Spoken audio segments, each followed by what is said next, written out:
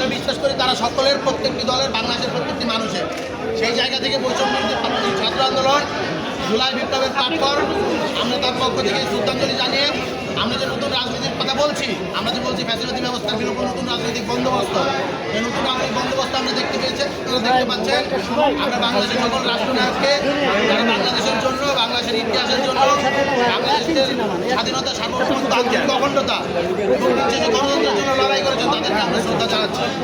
সেই সাথে আরও একটা কথা আমরা বলতে চাই, আমাদের যে 7ই নভেম্বর সেটা যা শেখায় সেটা হলো গিয়া ছাত্র জনতা, সেনাবাহিনী, তাদের যে আসলে মূল যে লক্ষ্যটা সেটি আসলে এক, সেটা হলো বাংলাদেশের স্বাধীনতা, সার্বভৌমত্ব রক্ষা করা, আমাদের দেশের যে জনগণ তাদের নিরাপত্তা নিশ্চিত করা।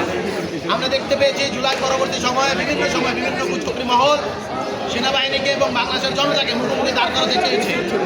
আমরা দেখতে পেয়েছি 75-এ যেরকম হয়েছিল, ছাত্র, সেনা, জনতা সকলে এক কাতারে মিলিয়ে ফ্যাসিবাদী বাকশালকে হটিয়ে বাংলাদেশের যে গণতন্ত্রের পথে যেই উত্তরণ, সেই উত্তরণের যাত্রাকে শুরু করেছিল। আমরা আবারও সেই যাত্রাকে শুরু করতে চাই এবং সেনাবাহিনী এবং জনতার মাঝে যে দূরত্ব তৈরি করা হয়েছে, আমরা যে মনে করি এটি একটি ফ্যাসিবাদী ষড়যন্ত্র এবং এই ষড়যন্ত্রকে আমরা পরিহার করতে চাই এবং আমরা দূরত্ব কমিয়ে আনতে চাই। আমাদের জাতীয় স্বার্থ এক এবং আমরা জাতীয় স্বার্থের জন্য কাজ করব।